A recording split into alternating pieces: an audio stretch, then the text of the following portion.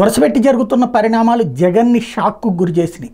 ఒకటి, ఎన్నికల కోడ్ ప్రారంభమయ్యాక బదిలీలు సహజంగా చేయరు. ఏదన్నా ఇమ్మీడియట్ ఇన్సిడెంట్ ఉంటే ఆ ఇన్సిడెంట్ ఆధారంగా చేస్తారు తప్పించి వేగ్గా చేయరు. కానీ అకస్మాత్తుగా డీజీపీ బదిలీ చేయడం, ఏ ఇన్సిడెంట్ లేదు ఉన్నప్పుడు చేయడం, ఏది మోడీ సభకు సంబంధించినటువంటి ప్రాబ్లం వచ్చినప్పుడు, లేకపోతే జగన్ మీద రాయేసినప్పుడు ఇన్సిడెంట్కో ఇట్లాంటి వాటికి చేయాలి. అలా కాకుండా అకస్మాత్తుగా డీజీపీని బదిలీ చేయటం, అట్లాగే అనంతపురం డిఐజీని బదిలీ చేయటం, ఇట్లాంటి పరిణామాలతో పాటుగా సంక్షేమ పథకాల డబ్బులు ఆపివేయడం, ఏది రెగ్యులర్గా జరిగేటటువంటి పథకాలకు సంబంధించి వీటన్నిటితో ఆవేదన చెందారో ఆగ్రహమే చెందారో ఏదైతే జగన్మోహన్ రెడ్డి తాజాగా సంచలన వ్యాఖ్యలు చేశారు. ఎన్నికలు సజావుగా జరిగేటట్టు కనిపించట్లేదు, అధికారుల బదిలీలు చూస్తుంటే ఎన్నికలు సజావుగా జరగడానికి అవకాశం లేనట్టు కనబడుతుంది, సంక్షేమ పథకాల నిధులు ఆపేశారు, ఈవెన్ పంట నష్ట పరిహారం డబ్బులు కూడా ఆపేశారు, తద్వారా ఎన్నికలు సజావుగా జరగనీయకుండా అడ్డుపడుతున్నారు చంద్రబాబు అంటుట్రే.